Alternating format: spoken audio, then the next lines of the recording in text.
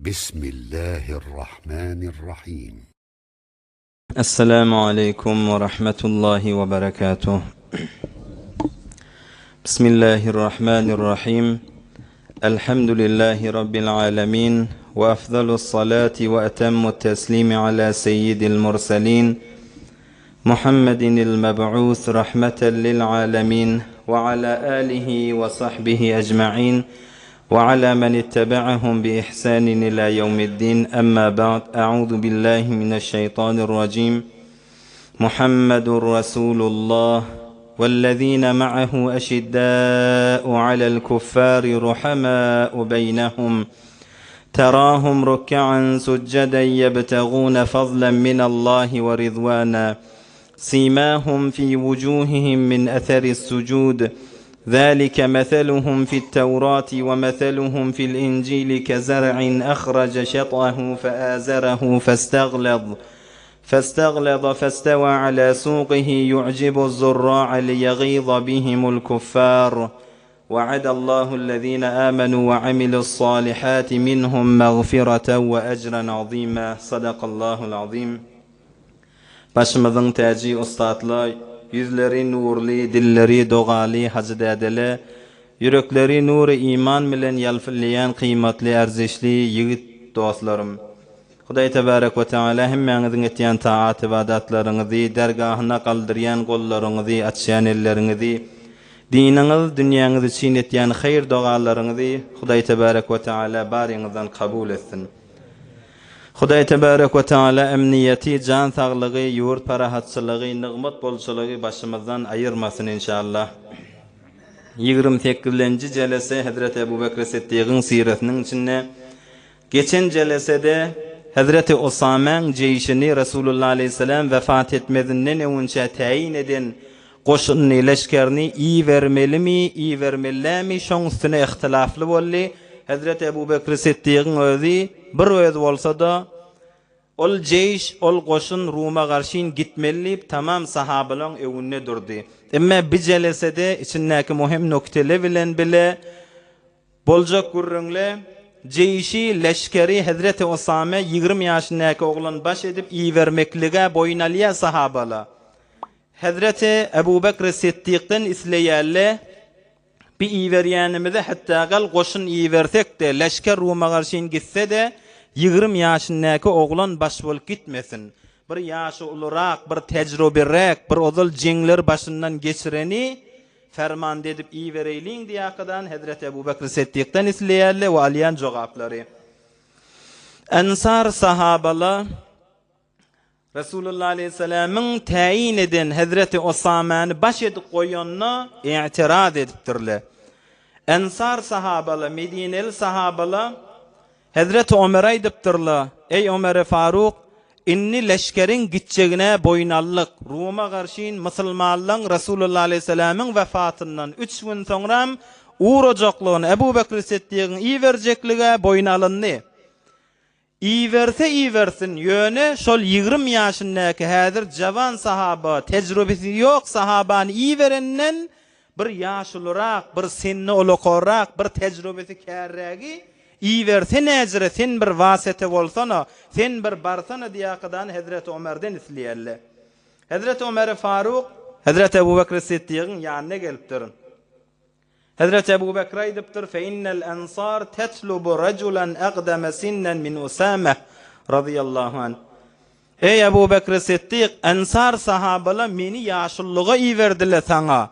Ey goşun Ruma garşyn gitse gitsin, ýöne Hazreti Ebu Bekr aýt bir ýaşy ulurak, bir tejrübesi kärräk birini baş edip iyi bereýli ýakadan aýtýarlar.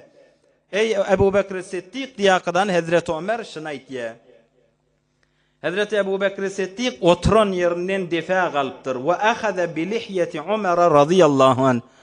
Defa galakadan Hazreti Ömer'in mübarek sakalından tutakadan Hazreti Ebu Bekr Siddiq gaharlanyp kepläpdir. Sekeletke ummuka ibnel Hattab. Ey sen ejeň azangy oturasyn sen. Ejeň sana ýas tutasyn ey Ömer dipdir. Sen näme diýäň dipdir. Bir ejeň sana aglap ýasynda otursun dipdir. Sen aýtýan zadyň näme? Osama'ny koy, başga birini baş et, emir et diýäniň näme? İsta'melehu Resulullah sallallahu aleyhi ve sellem ve te'muruni en a'zile. Resulullah'ın emir edip koyonni, Resulullah'ın tayin edenini sen maňa aýtýaň, şonu ezlet başga birini koy diýäňmi? Resulullah'ın sözünün üstüne söz köple diýäňmi? Ejiň sen ezan otursun, sana ýaz tutsun ey Ömer diýen zadyň näme? Senden geň zat dep diýipdir. Hazrat Ebu Bekr Siddiq. Hazrat Ömer ýanyndan çykýa ewurliýa gaýtdy ensarlara. Ol aýdypdyrlar, "Näetdiň ey Ömer?" Hazrat Ömer aýdypdyr. Aýtmaň diýipdir. Siziň başyňyzdan maňa näme geldi Resulullah'ın halifasyndan diýipdir.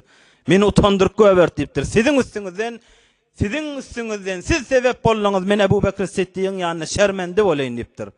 O diýäniňiz bolmaýa, Hazrat Ebu Bekr öz kefini ýörtýär diýakadan Hazrat Ömer ewurlyk gaýtýar. İsta'melehu Rasulullah. Resulullah'ın iýveren, Resulullah'ın tayin edenni min najra azledeýinniýe.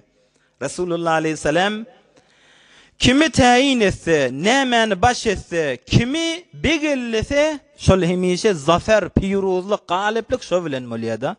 Handak jeňinde, Ahzab jeňinde diýilýär. Musulmanlar bir tarapda duran wagtynda Emr ibn Abduvud diýen adam, Emr diýen adam heykellimişdi. Qurayşlaryň içinde bir pähliwan tanylýarmışdyk. Heykelli, zorly, güýçli, kuwatly bir pähliwan tanylýarmışdy Qurayşlerden. Bir Handak jeňinde musulmanlar o başda duran wagtynda bärden gıygyrypdyr. "Ya Muhammed" diýipdir.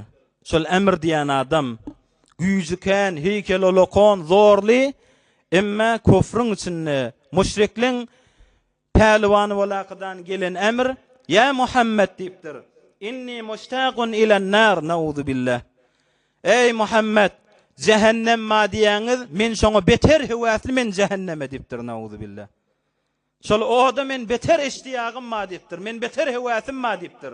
Meni şo cehenneme garşyn ýollajak adam ýokmy sizlerden diýipdir. Ya sizi cennet ba diýäňiz, sizlerden ne cenneti hewäs etýän ýokmy diýipdir. Mene oda hewäs, sizden cenneti hewäsli ýokmy, çykar şonu diýipdir. Hazrat Ali galjak bolupdyr, Resulullah aleyhisselam otur diýipdir. Ol ýene gıygyrypdyr, 3 gaýtar gıygyrypdyr. "Ya Muhammed, inni mushtaqun ilen nar." Ey Muhammed, men cehenneme hewäs etýän, men cehennemi berjek pähliwan ýokmy senden diýipdir. Sizden ne cennete gitjek ýokmy diýipdir. Hazrat Ali galjak bolupdyr. Resulullah aleyhisselam otur diýipdir. Ol Emr diýipdir. Ol güýçli, ol pähliwan, ol zorly, heykelli. Ol Emr ibn Abduvud diýipdir Resulullah aleyhisselam. Hazrat Ali aýtdyr, "Men Ali ibn Abi Talib, ya Resulullah, maňa ijaza ber" diýipdir. Pähliwan görjek bolsa pähliwan kökedeýin. Oda hewäs etýän bolsa cehenneme garşyn basmy ýollaýyn diýipdir. Resulullah aleyhisselam sen bar Ali diýipdir. Hazrat Ali gaýtýar. Hazrat Ali radıyallahu anh meydana garşyn girýär. Ol Emr diýen Hazrat Ali'ni gören wagtynda "Ey Ali" diýipdir. "Men sen ataň bilen dostlugym matdy. Sen aýryl meydana gelme" diýipdir. "Men ataň gynandyrjakka." Hazrat Ali aýtdyr, "Men sen ataň gynandyrjak" diýipdir. "Men sen ataň gynandyrjak" diýipdir. Ol gahary gelipdir. "Sen bu kefin bilen men mübareze gelende gireýil" diýipdir. Hazrat Ali deslap mübareze girmäkem senden 3 zat men isleýän. Ha näme diýipdir? Deslap isleýän zatym eşhedü en la ilahe illallah we eşhedü enne Muhammed Resulullah diýip musulman bolupdyr. Ona etmer diýipdir o. Men öýdüm şoňa düşman bolup ona hiç wagt etmer diýipdir. Ikilenji şertiň näme diýipdir? Hazrat Ali aýtdyr, "Onna men bilen mübareze etme, iýiňe git" diýipdir. Munyň da bolmaýar. Ay Emr Ali'den gorkdy diýakadan gurrun ederle diýipdir. Bir de hiç wagtda bolmar. Üçlenjiňe aýt diýipdir. Hazrat Ali aýdypdyr, "Onna üçlenjim sen et hökmen" diýipdir. Üçlenji şertim şi, sen atyň üstünden düşme, at bilen mübareze etmen bilen men ayaklam bilen piyada mübareze etjek sen bilen diýipdir. Ol aýdypdyr, "Behewere edaletden daş bolýar ha, men atyň üstünde bolsam men güýçli bolaryn ha." Hazrat Ali aýdypdyr, "Sen güýjüň bilen gel, men ewdäki müşriklere Muhammed'in sahabalarynyň güýjüni, pähliwanlygyny kökedeýin" diýipdir. "Atyňdan düşmede gaýt" diýipdir. Şeýle mübareze etýär. Ol aňyrdan gelýär Hazrat Ali bärden barya bir tozan galypdyr da, bir tozan galýar. Hemmesi gözläpdi, müşriklik gözläpdi, näme bolluk? musulmanlyk özäpdi näme boldyka? Resulullah aleyhisselam'ın baş edip iyi veren pehliwanı Hazreti Ali birden tozanyň içinden bir ses galdyrypdyr. Allahu ekber diýip. Allahu ekber diýäkadan Hazreti Ali tozanyň arasyndan bärlin çykyp gaýdypdyr. Resulullah aleyhisselam'ın baş edip iyi veren Hazreti Ali'si ol emr diýen sahabany pehliwan diýip tanylýan Qurayşyň ulusyny müşriki helak edäkadan tozanyň arasyndan çykyp gaýdypdyr. Resulullah aleyhisselam'ın taýin etýäni şüzre adam bolýar. Mahtumul İşan näme diýe Hazreti Ali barada. Resul damadydyr, öz arslanyňdyr. Ya İmam Ali'ye bağışla bizni. Çeşme çarağımdır, nur-i aynimdir. Ya İmam Hasan'a bağışla bizni. Yalan dünya kime berdi vefani? Ahirette anlar sürür safani. Şemr ile Yezid kıldı cefani. Ya İmam Hüseyin'e bağışla bizni. Hazreti Ali ve Hazreti Ali'nin neslinden bolýarlyň hormatyna biz bağışla diýäkadan Mahtumul İşan goşgusyny getirýär. Hazreti Ali ol emr diýen müşrikliň pehliwany Resulullah aleyhisselam baş edip iyi verende sen git diýenne gazanyk gaýtdy. Hazreti Ebu Bekr Siddiq aýdypdyr men näzire Resulullah'ın iyi berýänini. Hazreti Osama men çykaryn diýe. Hazreti Ebu Bekr Siddiq, Hazreti Osama goşunny leşkerlerini teýýarlandan soňra bular üç rakydan bir nasihat beripdir, bir wesiýet edipdir. Ya eyyuhan nas qifu usikum. Ey sahabala durun diýipdir. Ben size bir tawsyrjak zatlanma diýipdir Hazreti Ebu Bekr Siddiq. Menden gawşan belläň diýäkdany tamam goşuny Hazreti Ebu Bekr Siddiq iyi vermäke bir tawsyrýan zatlary bar. La tahunu jingin ýoluna aýdypdyr. Hyýanet jingiňizi hyýanet etmäň diýipdir. Hattin biş az endaza zulm etmäň diýipdir. Naqzy ahd etmäň, ahd beren bolsaňyz ahdiňiz bozmaň diýipdir Hazreti Ebu Bekr Siddiq. Musle etmäň, musle diýäni müşrikliň bir nihayeti öz içindäki ba nifretlerin belletýär. Bir şehit etsele, birini öldürsele, şoň gulagyny burnuny kesýänmişdikle. Hazreti Ebu Bekr Siddiq siz olaň etşýaly etmäň diýipdir. Musle etmäň. Miwolap duran baglary gat etmäň. Dawar werseňiz mal garany yalandan ýere hiç wagtda zebh etmäň, damak salmaň diýipdir. Bir adamlaň deňesinden geçersiňiz, rahip bolaqydany öz işleri bilen bolup jeňe goşulman duran adamlar bardyr diýipdir. Öz dinlerini ibadet edip, ruhbaniyet tutunup, rahiplik etip ýölle olara zat diýmäň, degme öz ibadetlerini azat bolsunlar diýipdir. Bir adamlaň deňesinden geçersiňiz, size bir zatlar getirirler. Ýoluňyz uzak diýipdir. Ýoluňyz uzak, 40 güllap mesir bolýar.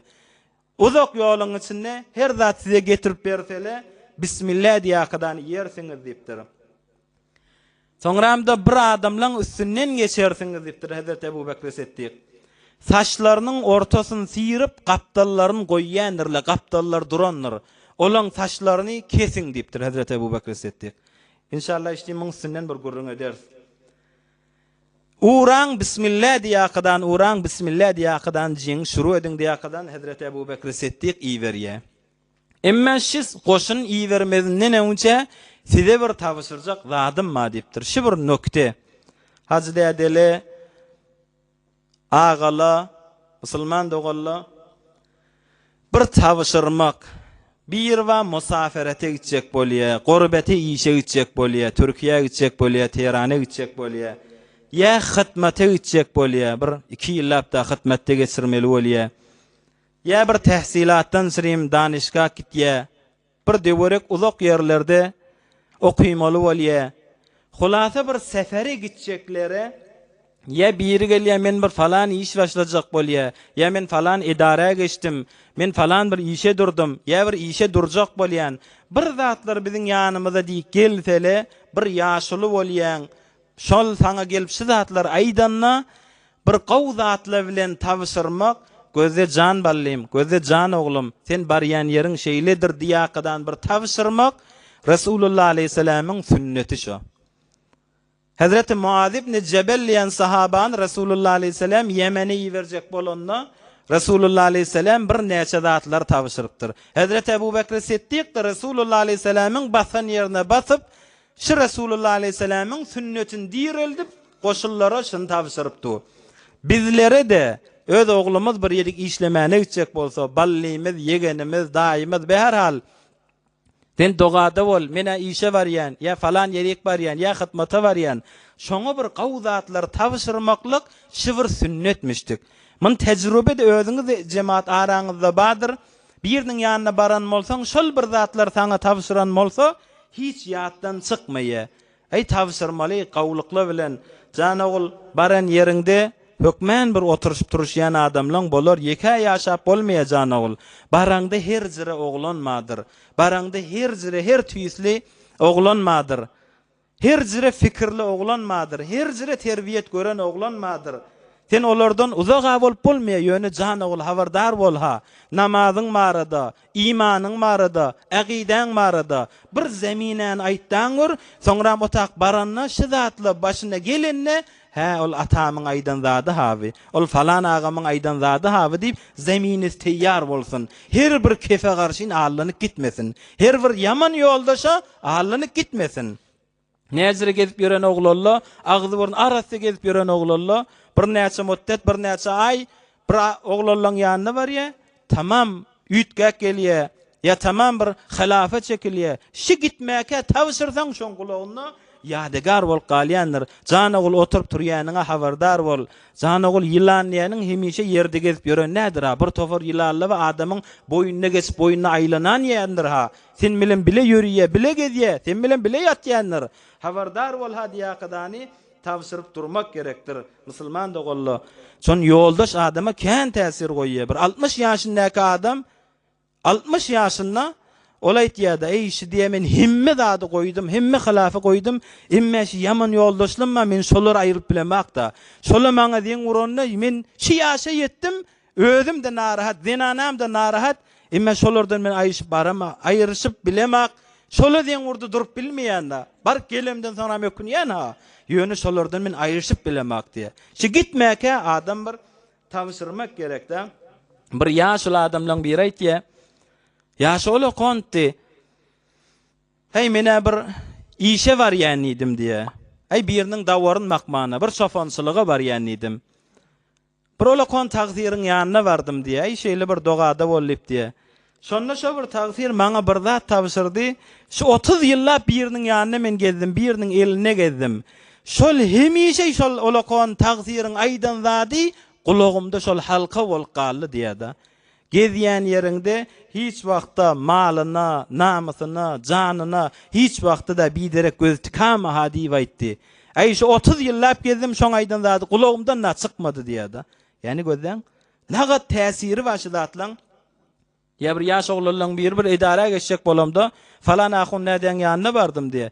Şo bende Huda şol tagzir maňa bir zat aýtdy, häzirde ýadymdan çykanak. Bir ýöne fakat bir näçeni eşitilen zatla özüňize de piş gelýändir. Bir tawşyrmaklyk, aýdyp durmaklyk hökmen gerek zat, oň üstüne de Resulullah aleyhisselam'yň mübarek sünnetlerindendir. Janagul hak bendeti hakka safar, yaman öz pälinden tafar. Hak bendeti mudam hakyň ýyzyna bolar ha, batylyň da ýyzyna düşäma. Yaman öz pälinden tafar diýakadan tawşyryp durmak gerekdir. Ol yaman öz pälinden tafar diýilýän bir wagtda bir zalim padişah barmyşdykda. Hey bir zulmuna bir gözün gyrpmany etjek adammışdyk be. Bir kewişdikýäniň bir sada bir Hudaýy kewişdikýäniň bir gelşikli zinanasyna ýanky padişah suwe gast bilen biderek niýet bilen nazar etdi. Ey bepme ýanky kewişdikýänden muny her zat etmeli, almaly diýe ýanky padişah biderek niýet. Aham ýanky zalim padişah ol kewişdikýän sada adam aýdypdyr. Ertire men serwazlama her gaýsyna bir jüft kewişdikerdiň diýipdir. Eger sen kewişleri yetiştirmesen onda seni edam ederin. Etjek adamyş gözde. Bir zalim zulmyndan näiş çekinjek adamda. Bir de bir bolmajak zat da ertire näçe serwazlara näçe kewiş tikip yetiştirmeli. Ol biçare giýje daň atýança ýatmanlar ýalwaryp doga edipdir. Hak bendesi hakka safar, yaman öz pälinden tafar diýe de Mahtum Hüseyin. Ol yaman öz pälinden tapmalla, etýän işinden tapmalla. Daňat diýençe ýanky kewüşdikýän sada adam Hudaýa ýalbaryp doga edipdir. Hudaýa men näzir bir meni men bitirmeli, näzir bir kewüşleri men ýetişdirmeli. Hudaýa özüň men arkam bol. Hey şeýle doga etýä daň wagtynda serwally gelýär gafin kakka. Bul adam hänni gellow bula dipdir da. O serwallara gafin açýa binni gitjek bolup barýar. O serwalla dipdirler. Biz kewüşdik gelemizde padişah jan berdi, şoň kefenni sen biçmellik gelipdirler. Ol kewüşden sirem gelmedik, ol padişah jan berdi, şoň kefenni sen biçdiýakadan ýankyla gelýär. Ol yaman öz pälinden tapýandyr. Jan ogul yamanlyga da barama, batyl ýola da barama, namazyň, edebiň, hormatyň jaýynda bolsun diýip tawşyryp durmak Resulullah aleyhisselam'ın mübarek sünnetimiş. Hazreti Ebu Bekr Siddiq de şonu icra etýär. Emma ýene bir nokteşi, Hazreti Ebu Bekr Siddiq sahabalara tawşyrypdyr. Siz geçeňizde bir tofor milletli wadyr, saçlarynyň ortasyny sirakadan gapdallaryny goýýar. Kılıçlaňyz bilen şolan gapdalynyky saçlaryny aýyryň diýip tawşyrypdyr. Bir saç barada Resulullah aleyhisselam etýär, "Men kana lehu şa'run felyukrimhu." Rawahu Abu Dawud rahimahullah. Haýsy bir adamyň saçy bar bolsa, şonu silasyn nepdir. Ýani munazzam etsin, darasyn, arasalasyn, temiz saklasın nepdir Resulullah aleyhisselam. Arada Resulullah aleyhisselam otyka birgir gaýdypdyr. Saçy çaş, sakkal çaşyryp gelýän bolmaly. Resulullah aleyhisselam oturan ýerinde işaret etipdir. Muratteplek gelipdir. Ol adam muratteplep gawdaqadan gelipdir. Resulullah aleyhisselam nagat gawul diýipdir. Ýani bir saç sakkaly muratteplän, bir zinetläň, silaň diýip Resulullah aleyhisselam aýtdy. Emma bir şeriatda memnu bolan zat. Naha Resulullah sallallahu aleyhi ve sellem anil qaza'. Bir şeriatimiziň bir ahkamyny, bir näçe bir nokteleri bilmeli bolýar. Ýaş jawan oglanlar. Saçy silaň diýär Resulullah aleyhisselam. Emma bir ýollar bar. Bir gayri mutaarif bir halatda saçly islah bolýar, bejerilýär. Gapdalyn kullen tiýga sirip defäni goýulýar. Şoňa qaza' diýilýär. Resulullah aleyhisselam şonu men edipdir. Qaza' etmäň diýipdir. Hazreti İbn Ömer radıyallahu anh aýtýar, Resulullah aleyhisselam bir çağacı gördi. Saçynyň döwregini sirakadan bir az goýupdyrlar. Gadim türkmen gulfak diýär. Şoňa meňdeşläge daqadan goýupdyrlar. Resulullah aleyhisselam ondan men edip ihliquhu kullah aw itrukuhu kullah. Rawahu Abu Dawud rahimahullah. Aýman beýt goýmaň diýipdir. Ya kullen sirin ya goýuňman diýipdir. Bir tarafyn tiýga sirakadany onu goýmaklyk başga defesini bir Resulullah aleyhisselam'ın men eden zadi enatalan bir dikkat etmeli zadi şi. Ýa-da araýşgar dogollaň bir dikkat etmeli zadi. Bir modelle bolýa, bir musulmanyň çağasyna gelişmeýe, bir musulmanyň oglanlaryna gelişmeýe, bir gapdallaryň tiýga sir ýani aladaqadan defesin goýmaklyk, şoňa qaza' diýär Resulullah aleyhisselam. Şol qaza'dan saçyň döwregini sirip defesin goýmaklykdan men edipdir. Şo bir şeriatda dogry zat dädir. Araýşgar dogollaň dikkat etmeli zadi. Ya enatala bir oglanjykla gitýär. Şunu oglanjyga Resulullah aleyhisselam men edipdir. Hom bu olokon balygy da binazira bolmaly ahkamy. Bir dikkat edilmeli zatlaryň biri şi. Behar Hazreti Ebu Bekr Siddiq goşuna wesiýetini etýär, tawşyrjagyny tawşyrýar, ondan soňra goşuny bismillah diýip ýörtýär. Hazreti Ebu Bekr Siddiq'in öz Hazreti Osame'nin ata mindiripdir. Hazreti Osame şehit bolan atasının Hazreti Zeyd'in Subhi diýen atyny minaqadany Ebu Bekr Siddiq de men gapdalyndan ýörýäkadany o da atyň üstüne Hazreti Osame ýola salyp barýar. Hazreti Osame diýipdir 20 ýaşyndaky oglan, "Ya halifata Rasulillah, ey Resulullah'ın halifati, ya senni bir ata merkebi min ya min düşeyin diýipdir. Senni min bir zada ya min düşeyin bir gelişmeýär Resulullah halifasının ýanyna ol piyada bolmaly, men atyň üstüne oturup gitmek bir edepdinle ya sen min ya min düşeyin diýipdir. Hazreti Ebu Bekr Siddiq aýdypdyr, "Menne bir zada minmerin, senne düşmersiň" diýipdir. "Magamyň beýikdir, seni Resulullah aleyhisselam taýin etdi. Sen emirliňde dur. Sene düşmersiň, menne hiç zada minmerin" diýipdir. وَمَا عَلَيَّ أَنْ أَغْبَرَ قَدَمَيَّ فِي سَبِيلِ اللّٰهِ Näme boljak maňa iki gadamlama Hudaý ýolunda azyjyk tozan oturan bilen näme boljak maňa diýipdir. Näme boljak maňa? Men adazy Hudaý ýoluna 2 gadamlama tozan oturan bilen men näme makamym, näme derejem men kemeljek diýipdir. Nagat tawadu, ayağımda gadamyma gum oturan bilen maňa näme boljak diýipdi. Binagat dersler berýär. Ey jawan musulman dogalla. Şunu belletýär, adam bir mukaddes hedefleň bar bolsa, bir hedefe yetjek bolsaň, bir näçe sahtylar, gynçylyklar adam tahammül etmeli ha. Hazreti Ebu Bekir Siddiq'in hedefi İslam'ı kaldırmak değil mi? Mukaddes hedef var değil mi? Azıcık sahtiler tahammül etmeli oluyor. Bize şu dersi veriyor. Bizim hedefimiz Hudaýyň cennetine, Hudaýyň rızayeti bolsa, ey jawan oğlan azıcık meşakkat sahtilere zahme zaban ýiten. Ey kelasa var ýa-mı senne? Ey ahun nämen milyar ey senne barıp oturýaňyz. Siz ne ettirpiyorsunuz? Ahullan aytýan zadyny kulak asmıyorsunuz. Ya ahunun ýanyna barýaňyz siz doýurup göberýärlimi? Zahme zabanlary iýýäň tahammül etmeli bolarsyň. Kur'an öwrenmäne gitjek bolýan. Ey ne ettirpiyorsunuz sizde? Wagtyňyz nämeňizde? Nauzubillah güýmäp ýöňüz. Sen tahammül etmeli bolarsyň. Ey näme boljak bize azys bir kefeşdemizde? Rasulullah aleyhisselam eşitipdirmini? Ya din ýoluny gezýän ulamalara biderek zatlar diýilse, ya din ýoluny gezýän ulamalyň ýoluny gezýän ýaş oglanlar size bir biderek zatla diýilse, ey näme boljak? Näme boljak? Bir azys kefeşdemizde muny peýgamberler eşitipdirler, peýgamberler. Yasin surasynda Hudaý tebarek we taala näme diýär? Kafirler edipdirleşin peýgamberlerine. Qalu inna tatayyarna bikum. Ay biz size betguman, biz sizden bir yüreğimize bir bet pel getirýäs, biderek pel getirýäs diýipdirler. Şu gorokçuluk sizden molýa diýipdirler peýgamberlere. Şu bi bereketlikle sizin üstüňizden gelýär diýipdirler peýgamberlerine ha.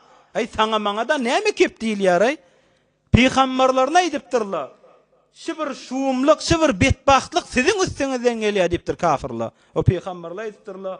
Qalu ta'irukum ma'akum. Ay bu betbahtlyk, bu biderek pälik özüňizden gelýär, bilmeýäňiz diýipdirler. Bir keple ozallan baha Hudaý Taala bize aýdyp goýupdyr Kur'an-ı Kerimde. Siz de eşitersiňiz aşyny. Siz de eşitmeli bolýaňyz ha. Ýagşy zadyň ýüzüne gelseň eşitmeli bolýanmyşdyň ha.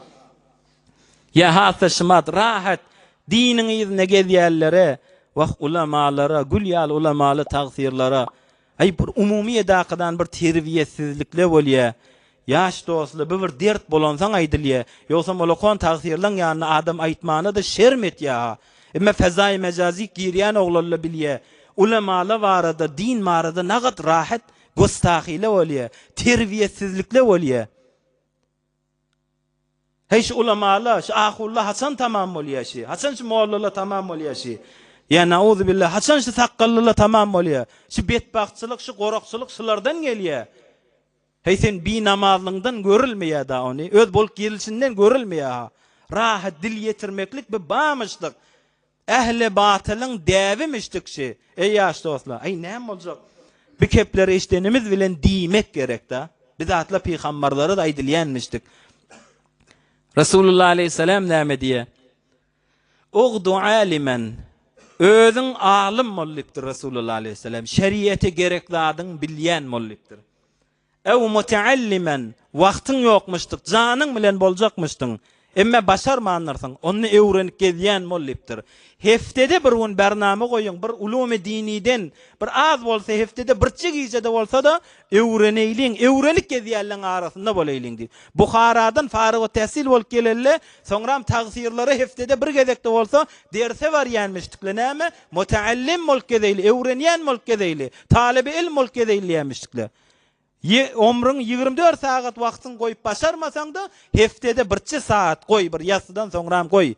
Rasulullah aleyhisselam aýtdyr, başarsaň alim bol, on başarmasaň öwrenýän bolýupdyr. On başarmaýanmy?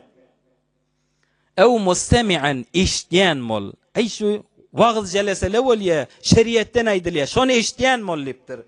Munna başarmaýanmy? Uzakda bolýan, daş diýarlarda bolýan, janyň bilen şereket etjek başarmaýan. Ew muhibben. Uzakda bolsaň da şolar gawwarýan bolýupdyr. Başarsaň alim bol. On başarmasaň öwrenýän bol. On başarmasaň eşitýän bol şolaň sözlerini. Türkmen gulak molla diýär. Gulak molla bolla gal.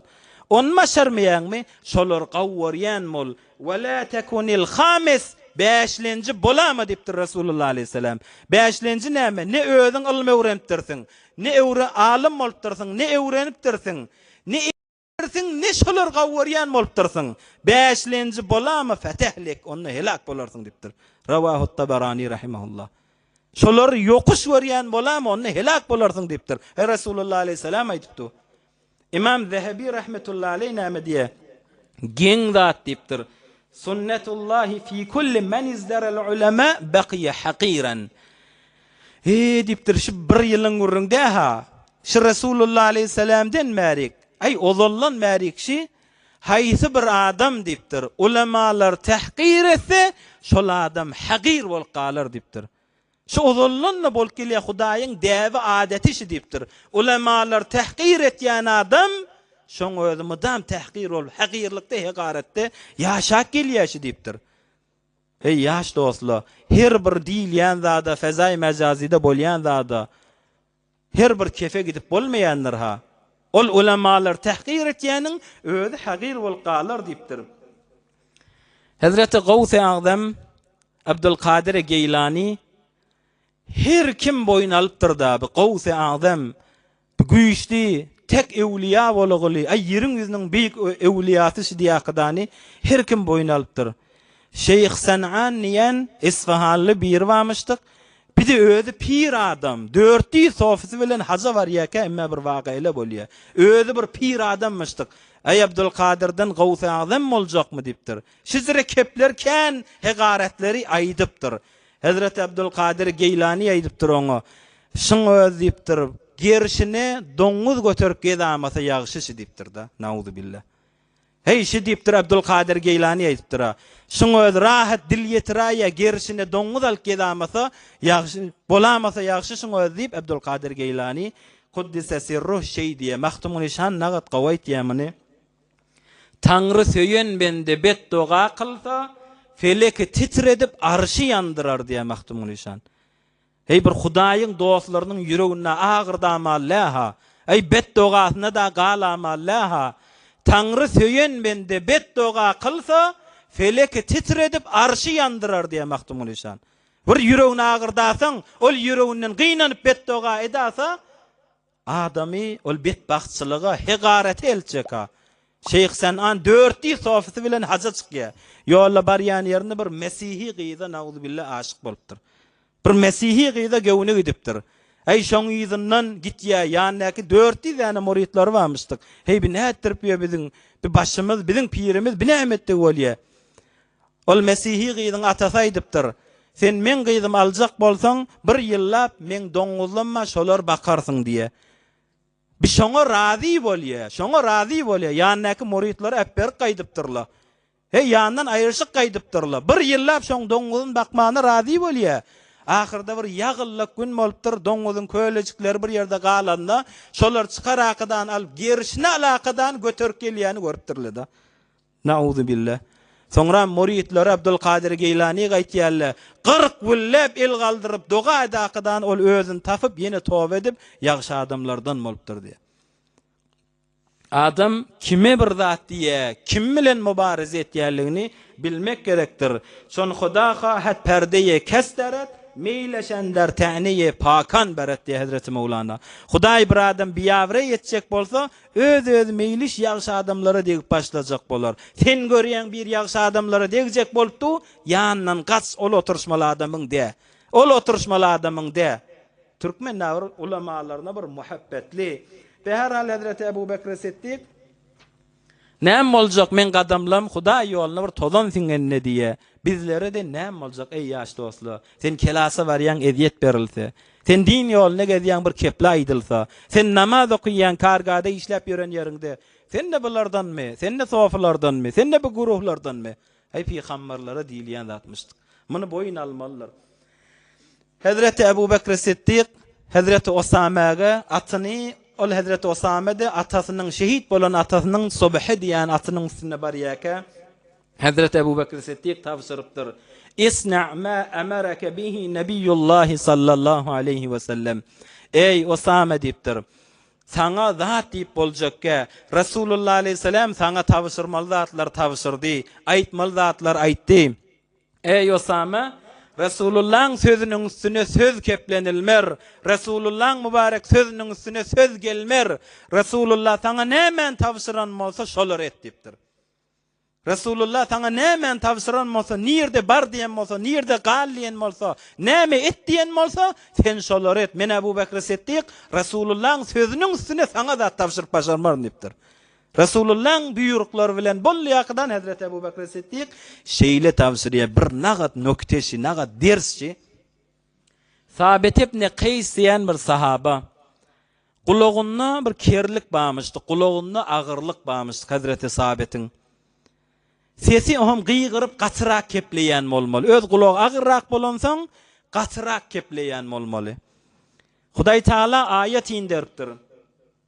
يا أيها الذين آمنوا لا ترفعوا أصواتكم فوق صوت النبي ولا تجهروا له بالقول كجهر بعضكم لبعض أن تهبط أعمالكم وأنتم لا تشعرون.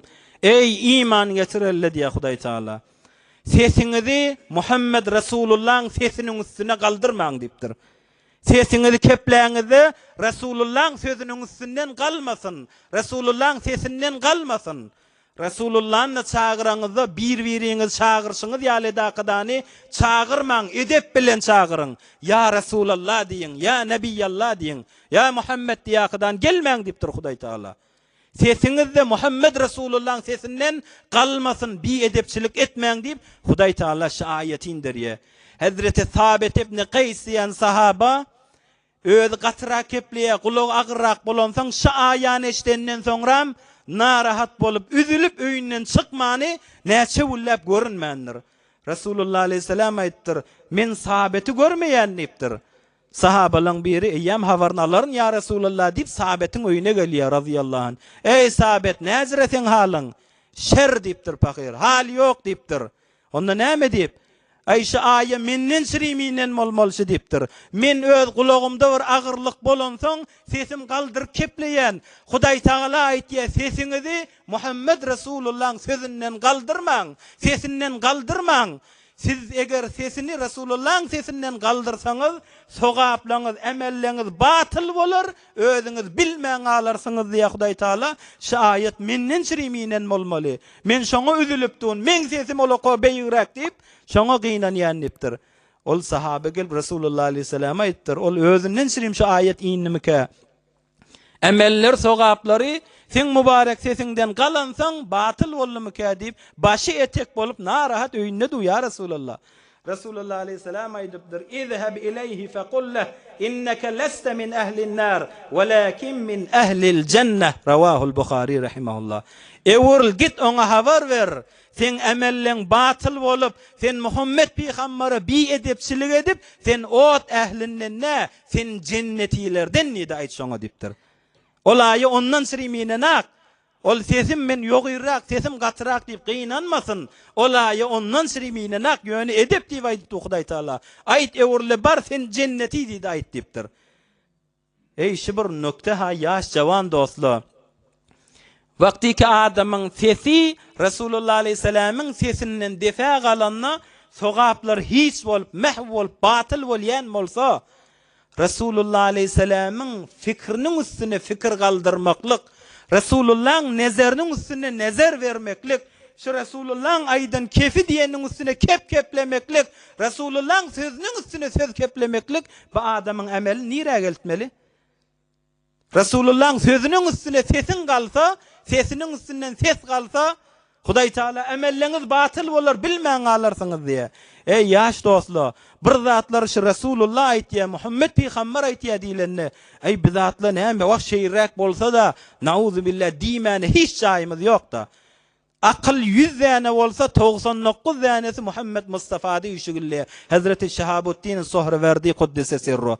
Akıl 100 tane olsa 99 tanesi Resulullah aleyhisselam'da. Biz naqis aklımız bilen Muhammed Resulullah'ın aklının üstüne, nezerinin üstüne, arasının üstüne, fikrinin üstüne fikir bindirsek, min aklının üstüne akıl koştuk, bizim emelimizden ne olur diye kadani Müslüman adam korkmalıdır. Bizim dinimiz var da Resulullah aleyhisselam aytdy. Biz dünyamız var da Resulullah aleyhisselam bir zat aytdy.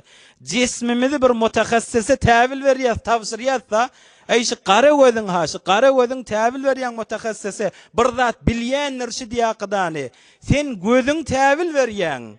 Ondan ýan şoňa, şoň cerrahisinin etenine, şoň pezeşkisinin etenine anan akadany bir mutahassisi janyň anan ýan, qara gözüň anan ýan, ýatýan. Näme diýip biz dinimizden şirem? Muhammed Resulullah ananmaly. Resulullah'ın sözünün üstüne söz keplemek bir musulmanyň haddine dädir, bir edepden dädir. Ses Resulullah aleyhisselam'ın mübarek sesine galanyny ameliň batyl bolýan bolsa, ey ýaş dostlar, öz bäfidimize bolsa da, öz bäfidimize boljak bolsa da, şu Resulullah aýtýar diýilse, nazar vermäni, sözünün üstüne söz keplemäni musulman hiç wagt on etmelidir. Hazreti Ebu Bekr Siddiq Resulullah'ın aýdany bilen bol. Resulullah'ın sözüne men söz keplemerin diye. Hazreti Osama radıyallahu anh koşullu leşkerleri bilen gitýär. Resulullah aleyhisselam'ın aýdan ýerine de barýar. 40 gün bolupdyr barýançaly. Dindan sirem nagat meşakkatly 40 gün bolupdyr. Wagtymyz bireme tulany boljak, ýaş dostlar. Dindan sirem bir zähmetli, nagat bir saxtyle, meşakkatly. Eýşmat her bir gayraty ba, wujudunda bir gayraty ba. Ýaş oglanlaryň bir ýan zady barda. Fezai mejazi gireňde, hep gelin gyzlamyzyň bolup ýören ýagdaýyny, bir tejabi, ýöne bir bolup barýan, bir muhtawazatly ýaýrap barýar.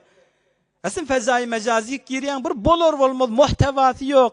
Hiç bir ders ahlakisi yok zatla, belki fitneni, fesadi yaratmaklık bir Türkmenlerden yayrap barya diýakydan bir ýüreginde bir gayrat bada hemmemiz Türkmenna, bir esaletli bir damarlarymyzda bir halal çöregiyen bir merd adamlaryň gany damar bizim wujudumyzda bada we ol enelerimizden arasda hayali enelerimizden ak süt emen milletleriň çagatsa biz bir görýän zatlary janyň ýan da ýaş oglanly jan ýakýa da şoňa bir enelimiz var, bir hayali eneliň balasy, bagryny ulalan oglanly da bula. Şolaň neslinden gelýärler jan ýanmasa bolmara. Bu bolýan fejaýelere, bu bolýan bir biderekliklere, bir bihejabilere, bir türkmeniň namasy bilen oýnalýan zatlara. Adamyň bir wujudunda, damarlarynda bir gayratly gany bada. Yaş dostlar. On bizatlary dindan sirem naga zähmetler çekilipdir. Näme diýip diniň aleyhine bolýan zatlar musulmanlarda o da türkmenlerde şeýle ýaýramaly. Indi bir ýaýraýa bizatlardan joda ey fezai mezazide gedýän oglanlar. Şolar kim ýaýratýar? Şolar ýaýratýan ýene fenomen ha biziň özümiz ha şony. Ey şu görýän zatlarymyz gözlemeýliň. O gözleyen sen, ya mını gözle hadiyakydan bir näçe nefer iştirak guzary edilýär da, näçe neferi iýerýän, sen özüň sebep bolupdyň şoň ýaýramaklygyna. O fitneden fitne yatan ýerine ýatsynna. Görýän zadyň tamam geçirmeli. Onu özümiz ýaýratýarlardan bolmaýlyň ýaş dostlar. Bir dinimiz bir zäfe düşüp barýar. Bir bethijabilikle bolup barýar. Bir muhtawa ýok. Ýöne bir zatly emme görýän ne kadar bir fezai mecazini doldurup bari 10 yılın içinde näme güne düştük biz? Han bir gayratly türkmen näetdik biz? Damarlarymyzda şol gayratly imanyndan sirem eşrak namazyny görmeýän türk, goýmaýan türkmenleň balasam biz. Şu ejelimizde bizi görse, bir bolup ýören ýagdaýlar görse, "Wa men oglum käbi, men agtym kä" diýjekmi bi? Şondan adam bir şu gayratlyň balasam biz, bir gorkmalymy? Şu ejelimiz, şu mamalamız, şu babalamız görse, bilada bizim çağamız mı ki? Bir diyer mi ki, dimer mi ki? Bir dostun bir aýtýar. Bir 80 ýaşyndaky bir mamamyza, 80 ýaşyndaky bir ýaşul zenanaga şu wagty iştirdim diye. Şu aýdylyp duran wagtlary bir guşydan dinletdim, kulak astyrdım diye. 80 ýaşyndaky bir zenana bilen hayatyny wezen esaletli türkmen şola. Şu ahun wagty berip duran ýagdaýynda öz-özü ýygnanýa, ýaşmagyny örtýä, öz duran ýerini eplenip barýar diye. Hayaşy, haya. Ahun ýanynda da ýok, guşydan aýdyp toka hayaşy, edepşi. Şolaň çağalary biz. Şo bolýan zatlary ýaş dostlar biz ýaýratýan bolmaýlyň. Şola bizim üstümiz bilen ýaýrak diye. Bir batyl zatla batyllygyna qalsın. Dinden sirim zahmet çekilipdir. 40 gün bolupdyr Hazreti Osama da bariye. Bu habar Herakle yetipdir. Bular Roma musulmanlar gelenler. Olay dipdirlar. Ma balu haula'i yamutu sahibuhum thumma agaru ala ardina. Hey bular nämeňiz ne gezip ýörler bu musulmanlar? Täze başlary Muhammed sallallahu aleyhi ve sellem dünýeden vefat etdi. Bular häzir 3 gün boldy Rasulullah aleyhisselam Muhammed dünýeden geçdi. Bular nämeňiz ne gezip ýörler? Bular yüreklerindäki näme zat bolmaly bir gorku düşüp başlapdyr. Ol mortet boljak Araplar wa ola da öýler aýdypdyrlar. Law lam yakun lahum quwwa lama arsalu hadal jeyş. Ey bularda hüwre zor kudret ba bolmaly. Bularda bir kudreti imani bolmasa, bularda bir güýç bolmasa, bu mahalla bir goşun iýerme, leşker çekmän wagtda, hey bulan golyňdan mat boljakka diýip, kän gabilalar, kän Araplardan nada İslamy musulmanlar dargatjaklar, Medine hüjum etjekler, çekinip başlapdyrlar. Hazreti Osama leşkerleri bilen gitýär, otada bir mübareze bolýar. Öz atasını şehit eden Hazreti Zeyd'i şehit eden adamı helak edip öldürüpdir. Rum'un da yüreklerine heybeti salıp tamamı mortet boljaklan yüreklerine korkuyunu oklap Hazreti Osama yine leşkeri musulmanlar Medine'ye karşıyın evrik qaytya. Subhi diyen atının üstüne oturup tamam leşkeri salımcak bir gengda tarihta bir däne şehit berilmäni ewirlen Hazreti Osama goşuny baýdylýar. Bir däne musulman şehit etmäni ewirip getipdir. Ewnçe sahabalar aýtdylar 18-20 ýaşyndaky oglan näjere baş bolup gitmeli. Bi tamam sahabalar muhajir ensarlar ola qolla şuň içinde hemmesini helak ederbi diýip sahabalar etiraz etdiler. Emma näme üssemolly yine Rasulullah aleyhisselam'ın mübarek sözü Resulullah'ın tayin edeni Hazreti Osama salımcak bir däne şehit bermäni sagaman musulmanlar Medine'ye karşın ewrik getirýär. Hazreti Ebu Bekir Siddik başka sahaba bilen eşitipdir Hazreti Osama sagaman gelýär ewlerinden çykypdyrlar la ilahe illallah diýip Hazreti Ebu Bekir Siddik istikbalından çykýar. Hazreti Ebu Bekir Siddiq'in deslap halife bolup iýeren goşuny salim ewirlik gelýär. La ilahe illallah diýip istikballarından çykýar tamam ähli Medine'le Hazreti Osama gelişine Rasulullah aleyhisselam'ın mübarek mescidine girip 2 rekat şükrane namaz okuyakydany Hazreti Osama 20 ýaşyndaky oglan bir leşkeri salim Rasulullah aleyhisselam'ın tayin edenden soňra salim ewrik getirýär. Hudaý tebarek we taala aýdan eşdellerden kabul etsin inşallah. Geljek jelesede ähli ridde yani bir murtet bolýarlar we Rasulullah aleyhisselam vefat edenden soňra bir toforla musulmançylykdan dänýärler, islamdan ewrilýärler, murtet bolýarlar. Hazreti Ebu Bekir Siddik olan mugabilin etýän işlerin dersleri bilen hyzmatyňyza ýetirer inşallah. Bir mowzuny jembendi etsek almaly nokteler bir vesiyet yani bir oğullamaz bir uzak diyarlara baryan bolsa tavşyrmaklyk olan gulaklaryna galýandyr. Bir saç barada Rasulullah aleyhisselam qazadan nehyedenler oğlanjyklamaz arayışkere baranna ya arayışker dogollaň dikkat etmeli dinimiziň men eden zady Rasulullah aleyhisselam'ın yine bir nokta Rasulullah aleyhisselam'ın ýoluny bizlere ýetýän kep eziyetle ay ol bize näme boljak diýip Hazreti Ebu Bekir Siddik bizlere de näme boljak bir az kefeştemizde we Rasulullah aleyhisselam'ın sözünün üstüne söz keplemek ol adamın amellerini batil etýän zatdyr. Näme zady Muhammed peýgamber aýtdy diýilse musulman göz üstüne diýakydany kabul etmelidir. Ötellen ruşat bolar ýaly bir alham 3 ihlas okyp içerde daşarda gulak asalla täzeden köneden dünýeden ötellen üstüne inşallah doga ders okyberin. برای مشاهده ویدیوهای بیشتر به کانال یوتیوب سخنرانی‌های علمای ترکمن سر بزنید، مشترک بشید و منتشر کنید، اجر ببرید.